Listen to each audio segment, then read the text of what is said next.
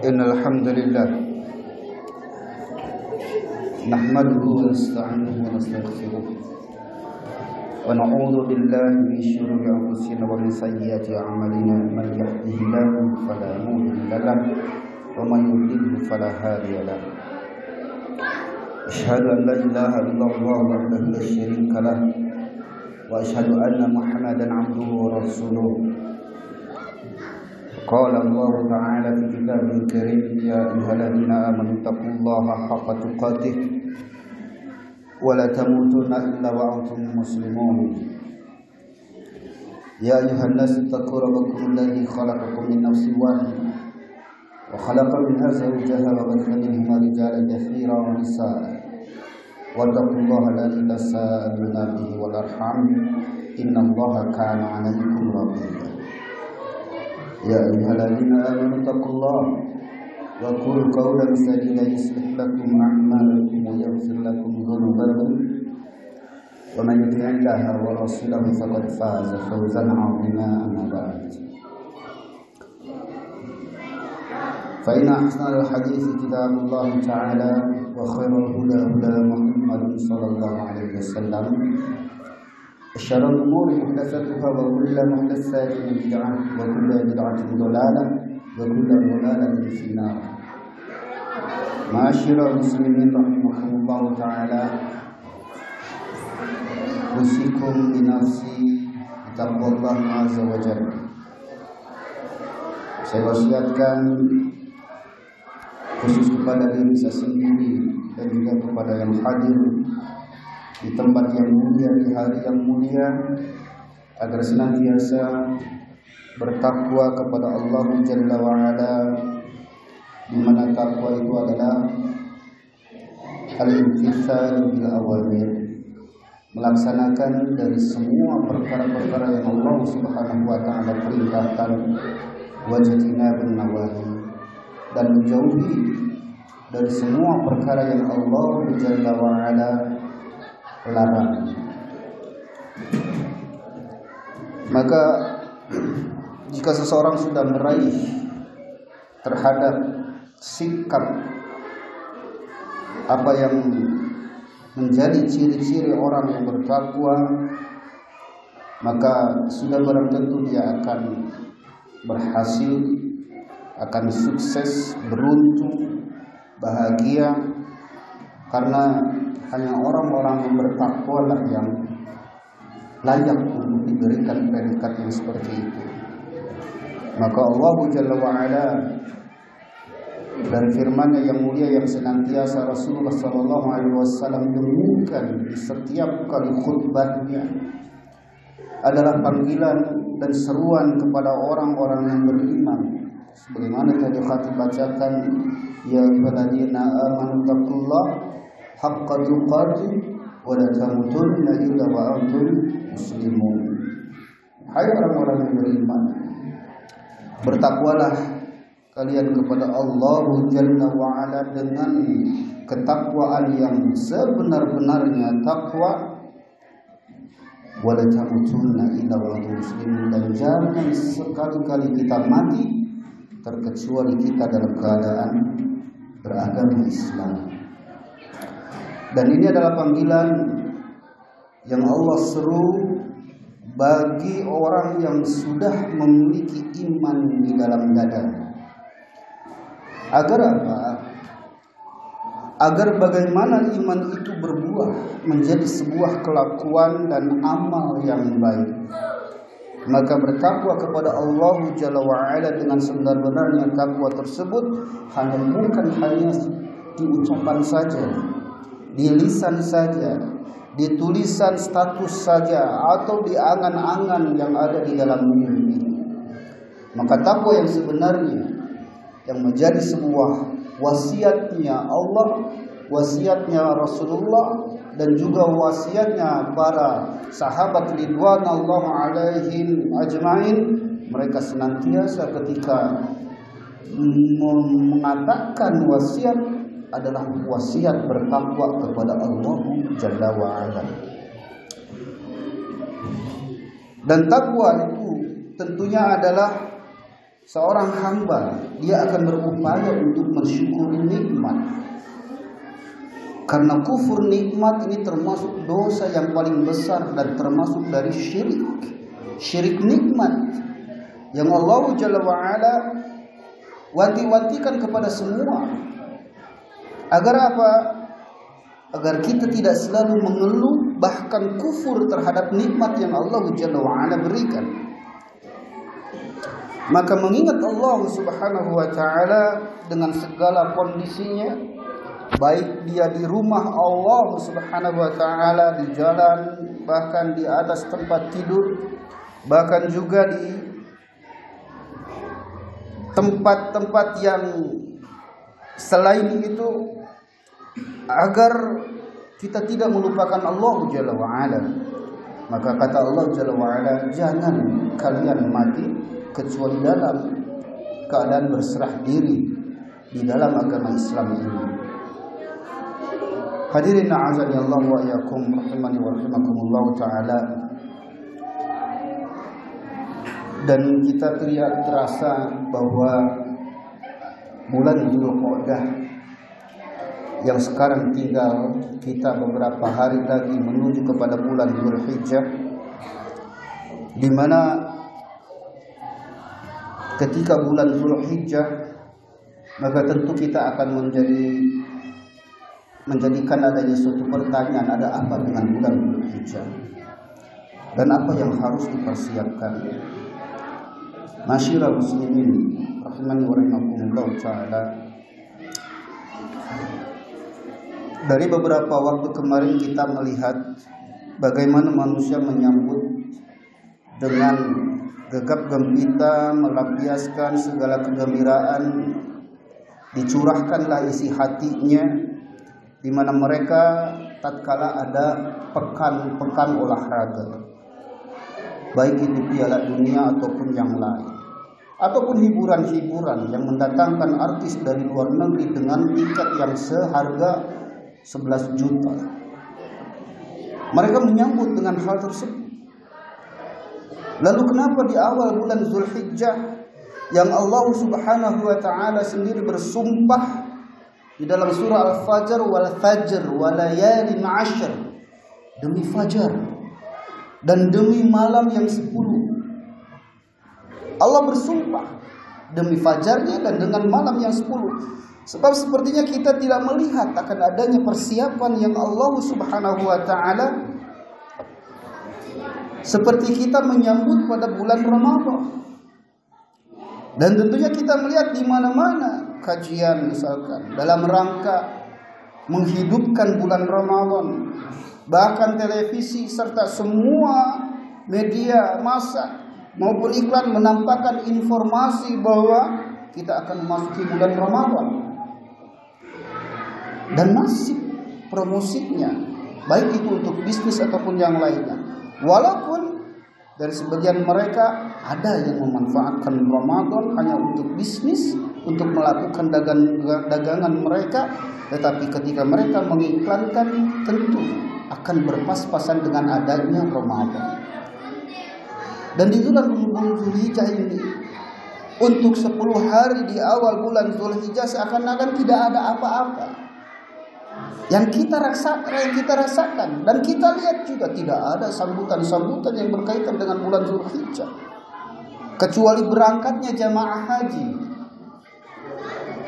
atau seperti yang diumumkan akan adanya penyembelihan hewan kurban. Padahal di dalam hadis riwayat Al-Imam Al-Bukhari, Rasulullah SAW mengatakan, ma min ayyamin al-amalus salih fiha habilallah min hadhil ayyam. Kata Nabi SAW, tidak ada satu amal soleh yang lebih dicintai oleh Allah Subhanahu wa ta'ala melebihi amal soleh yang dilakukan pada hari-hari ini, yaitu 10 hari pertama di bulan Dzulhijjah.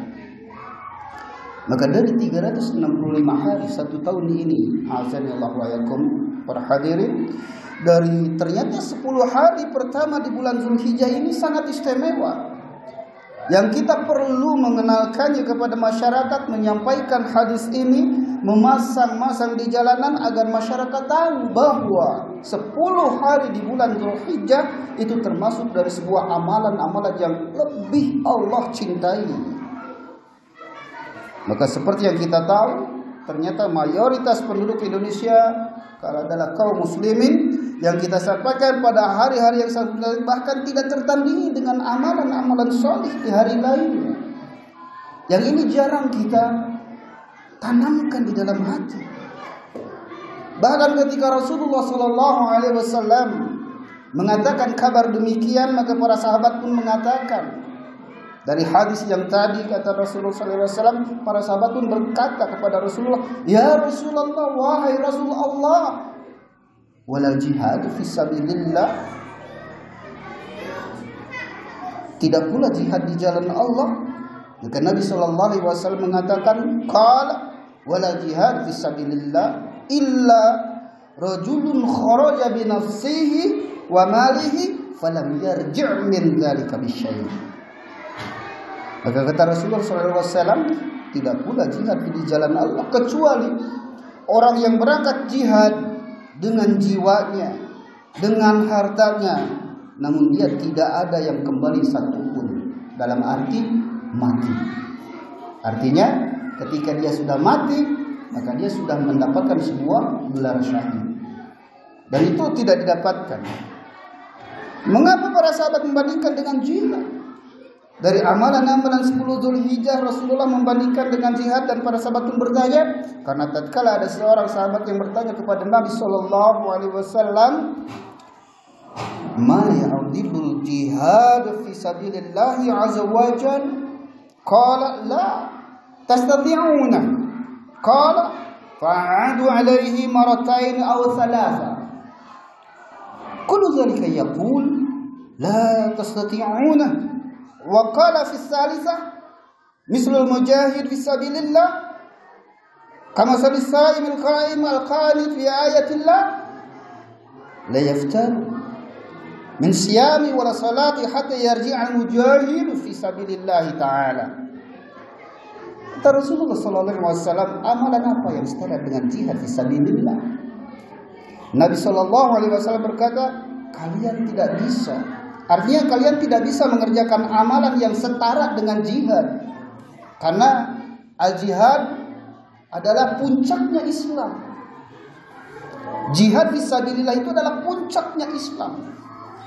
Ujung yang paling mentok ketika perintah itu adalah perintah jihad fisabilillah. Sebagaimana kita ketahui, Rasulullah dan para sahabatnya diintimidasi di Mekah oleh orang-orang kafir. Mereka sudah gemas. Sudah gemas para sahabat untuk memerangi kaum kafir ketika itu di Mekah, tetapi belum ada perintah. Tapi ketika sudah ada perintah bahwa itu adalah jihad, maka itu adalah puncaknya Islam. Dan para sahabat mengulangi pertanyaan tersebut 2-3 kali. Maka Nabi SAW pun menjawab, kalian tidak bisa menyamai amalan-amalan yang setara dengan jihad.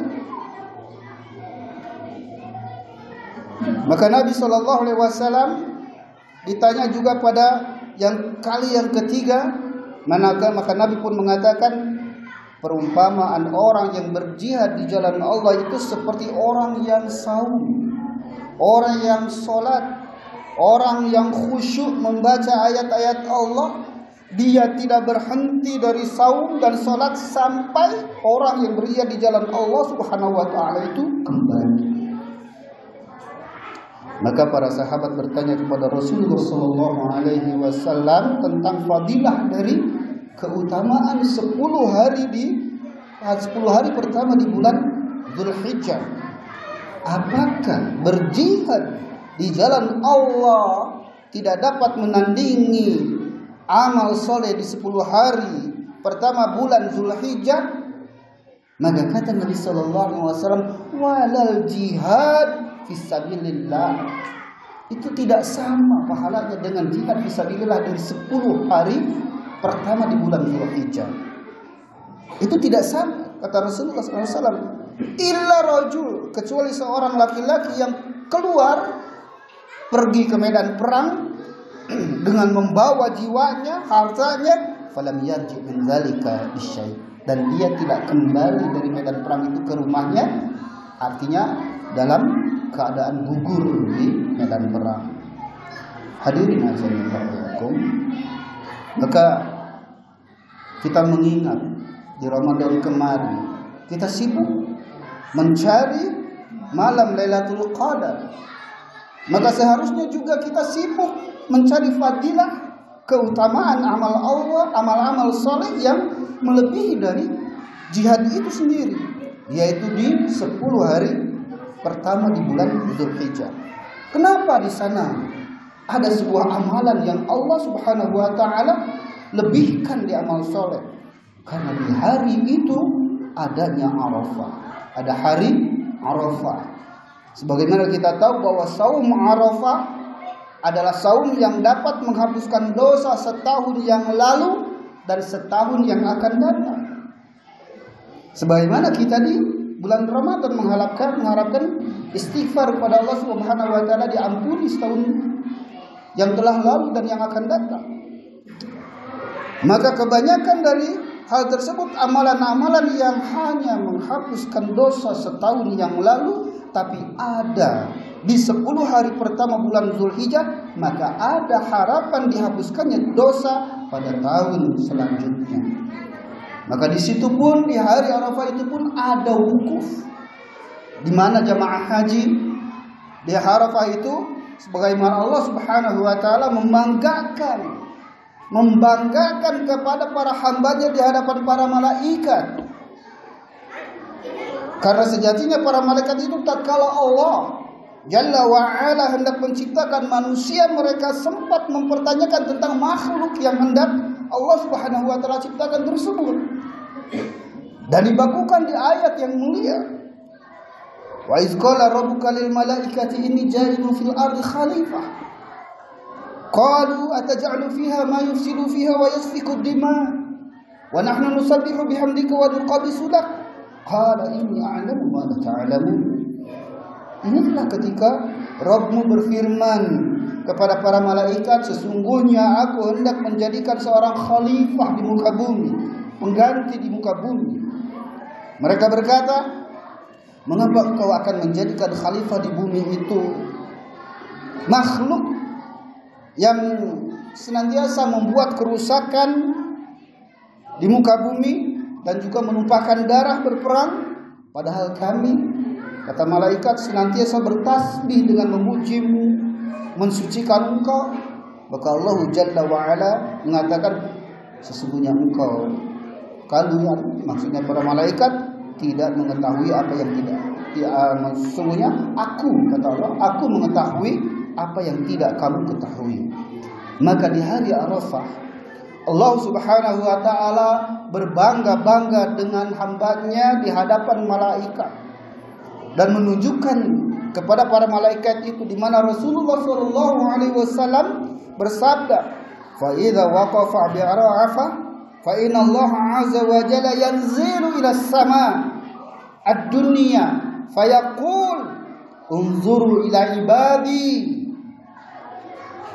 syu'shana ghubaran ishhadu ana qad ghafartu lahum dhunubahum wa in kana adada qatr as-sama wa ram mu'alij." Maka kata Nabi sallallahu alaihi wasallam memberikan gambaran terhadap keutamaan wukuf di hari Arafah itu. Kata Allah Subhanahu wa taala membanggakan kepada para malaikatnya hamba-hamba yang ada di hari itu, jika ia wukuf di Arafah, maka Allah Jalla wa ala turun ke langit dunia. Keutamaannya adalah seperti Allah turunnya di sepertiga malam. Dan di hari Arafah Allah Subhanahu wa taala turun dari langit ila sama'id dunia. Dan langit dunia ini ada di atas langit ketujuh, yang masing-masing jaraknya 500.000 tahun perjalanan.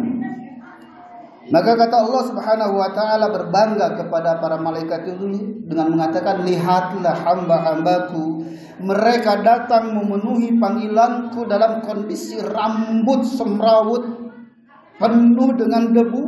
Maka saksikanlah wahai para malaikat, sesungguhnya aku telah mengampuni dosa-dosa mereka meskipun sebanyak butiran-butiran air hujan, meskipun sebanyak butiran-butiran pasir yang menjulang.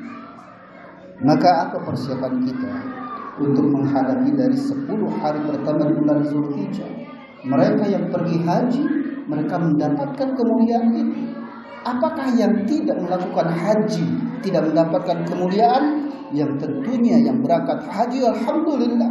Tapi kita yang di sini yang tidak melaksanakan, yang tidak merasakan padang Arafah, tarwiyah di Mina, tawaf di rumah Allah Jalla wa'ala, dan kita tahu fadilah dari haji yang mabrur kata Rasulullah SAW, jamin al-hajjul mabrur laisa lahu jazaa illa jannah.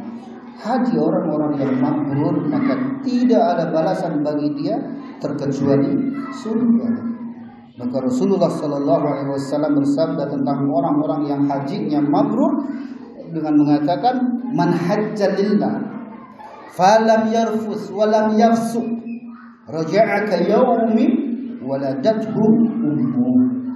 Siapa yang berhaji ke Ka'bah lalu tidak berkata-kata porno dan tidak berbuat kefasikan, maka dia pulang ke negerinya sebagaimana ketika dia dilahirkan oleh ibunya dalam keadaan kondisi tidak punya dosa. Maka hadirin a'azabillah, semoga Allah Subhanahu wa taala memberikan kemampuan kepada kita untuk melaksanakan amalan-amalan soleh di awal-awal pertama bulan Zulhijjah. Barakallahu fiikum.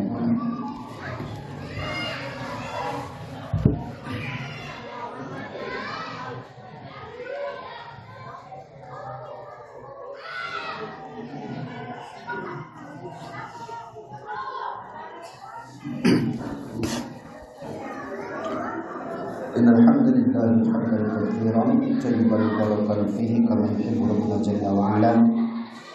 Asyhadu an la ilaha illallah wahdahu la syarika lah iqraran bihi wa tawhidan, wa asyhadu anna Muhammadan 'abduhu wa rasuluh sallallahu alaihi wasallam tasliman mazidan. Hadirin a'azzallahu wa iyyakum rahimani wa rahimakumullah taala. Pada khutbah yang kedua untuk mempersiapkan keadaan untuk diri kita sendiri minimal, bahwasanya ketika menjelang dari amalan-amalan soleh yang Allah Subhanahu wa taala sediakan keutamaan di hari yang mulia, di bulan yang mulia Zulhijjah, mulai dari awal pertama, maka persiapkanlah kita dengan bertobat kepada Allah Jalla wa ala. Yang kita harus mempersiapkan diri untuk bersaing dengan para jamaah haji. Mereka berangkat ya. Yang tidak, kita bisa bersaing dengan mereka. Maka apa yang perlu kita lakukan? Pertama adalah bertobat kepada Allah Subhanahu wa taala, di mana dahulu kita sampaikan bahwa Ramadan membersihkan dosa kita. Tetapi setelah Ramadan kita mulai banyak lupa dan dosa. Bahkan dosa-dosa mulai kita kerjakan kembali dan kita anggap biasa lagi setelah berlalunya Ramadan. Maka tobat itu adalah untuk memperbaiki, memperbaharui tobat kita kepada Allah Jalla wa ala dengan mengatakan tubu ilallahi jami'an. Bertobatlah kalian semua kepada Allah Subhanahu wa taala, karena tobat itu yang dapat membersihkan hati kita. Ya, mengapa dimulai dengan tobat? Tentunya orang-orang yang tidak bisa sholat di malam hari, orang-orang yang tidak bisa sholat di malam hari atau masih telat datang di setiap sholat Jumat, ataupun yang sulit untuk melaksanakan amalan-amalan sholat sunnah, bisa jadi hal tersebut adalah disebabkan oleh dosa-dosa yang dia lakukan. Maka terkadang kita tidak bisa juga membaca Al-Quran. Mengapa kita tidak khatam Al-Quran sedangkan si fulan bisa khatam? Mengapa kita tidak bisa sholat malam sedangkan si fulan bisa sholat malam? Saya tidak bisa naik sepeda 10, 20 atau 50 km misalkan, tetapi mengapa saya tidak bisa sholat malam yang hanya 11 rakaat saja, yaitu karena memang kita tidak melakukan itu karena dosa kita yang menghalangi.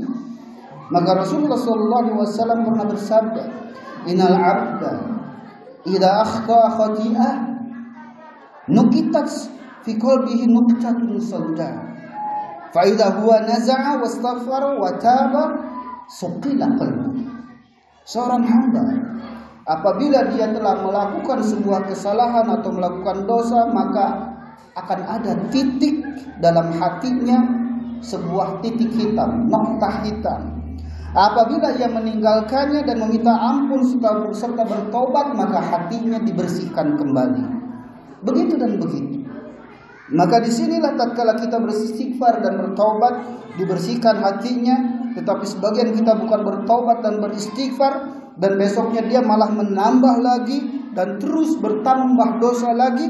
Kita belum lama meninggalkan Ramadan, baru 2 bulan 3 bulanan.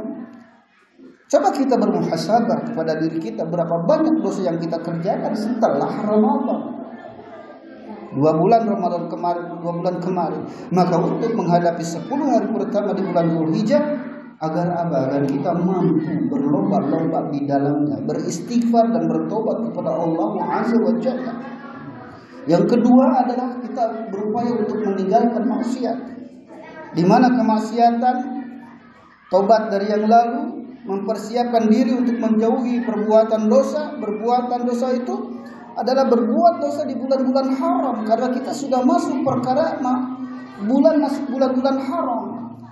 Mulai dari Zulqa'dah kemarin, ketika kita sudah masuk bulan haram, apa keutamaannya? Jika dia beramal kebaikan, maka akan dilipatkan kebaikannya itu lebih dari bulan-bulan yang selain bulan haram. Dan jika kita melakukan dosa, maka dosa itu pun ditingkatkan lagi, seperti melebihi dari dosa-dosa dari bulan selain bulan haram. Dan kita sudah berada di bulan haram ini. Maka hendaklah kita menjauhi dari tempat-tempat dan waktu-waktu yang membuat kita muncul lagi dosa kita lagi di sana sih. Yang ketiga, bagaimana kita bisa memberikan sebuah solusi, itu adalah niat yang kuat. Karena ketiga, niat yang kuat ini adalah kita benar-benar bisa mau berlomba-lomba di 10 hari pertama di bulan Dzulhijjah, agar orang-orang yang berniat misalkan mau membeli mobil, maka dia akan menabung. Kalau ada orang yang ingin berniat membeli tanah, tentu dia akan datang dan menanyakan harga tanahnya. Mungkin saja dia akan saling tawar-menawar untuk mendapatkan harga terbaik, karena dia sudah meniatkan untuk membeli. Terlebih lagi di bulan Dzulhijjah nanti, kita meniatkan. Jika ketika kita sekalian meniatkan, Allah Jalla wa'ala pun berfirman, di mana Allah Jalla mengatakan, "Walladzina jahadu fina lanahdiyannahum subulana." Orang-orang yang berjihad untuk mencari keridhaan kami, maka benar-benar kami akan tunjukkan kepada mereka jalan-jalan kami. Maka pasangannya menjelang dari 10 hari bulan-bulan yang Allah Subhanahu wa taala berkahi, mempersiapkan perencanaan yang matang. Kalau kita mau berbuat apa saja di 10 hari bulan Dzulhijjah tadi, setelah kita mengucapkan selamat tinggal kepada dosa-dosa kita, bertobat kepada Allah Jalla wa'ala, sholat sunnah akan ditambah lagi. Sholat malam yang kemarin di bulan Ramadan kita kerjakan 11 rakaat atau 23 rakaat, kita hidupkan lagi di sholat malam itu, karena itu didasari atas dasar niat yang kuat. Sholat duha misalkan, sedekahnya lagi ditambahkan, dan semua amal saleh yang bisa kita lakukan, kita kerjakan di 10 hari pertama bulan Dzulhijjah. Mengapa kita tidak bisa melakukannya? Karena Allah Subhanahu wa taala sedang membuka pintunya lebar-lebar untuk kita mendapatkan pahala sebanyak-banyaknya di waktu 10 hari nanti. Demikian hadirin azanillah wa iyyakum rahimani wa rahimakumullah taala. Innallaha wa malaikatahu yusholluna 'alan nabi ya ayyuhalladzina amanu shallu 'alaihi wa sallimu tasliman. Allahumma inna na'udzubika min fitnatin nar wa 'adzabin nar wa fitnatil qabr wa 'adzabil qabr wa syarri fitnatil ghina wa syarri fitnatil faqr. Allahumma inna na'udzubika min syarri fitnatil masiihid dajjal. Allahumma ighsil qulubana bima'is saji wal barad ونقي قلوبنا من الخطايا كما نقيت الثوب الأبيض من الدنس وبعد بيننا وبين خطاياي كما بعدت بين المشرق والمغرب اللهم إنا نعوذ بك من الكسل والمعثم والمغرم اللهم إنا نعوذ بك من العجز والكسل والجبن والهرم والبخل ونعوذ بك من عذاب القبر ومن فتنة المحيا والممات اللهم إنا نعوذ بك من جهد البلاء ودرك الشقاء وسوء القضاء وسماتة الأعداء اللهم إنا نسألك من خير ما سألك منه نبيك محمد صلى الله عليه وسلم ونعوذ بك من شر ما استعاذك منه نبيك محمد صلى الله عليه وسلم ربنا آتنا في الدنيا حسنة وفي الآخرة حسنة وقنا عذاب النار فآخر دعوانا الحمد لله رب العالمين فأقم الصلاة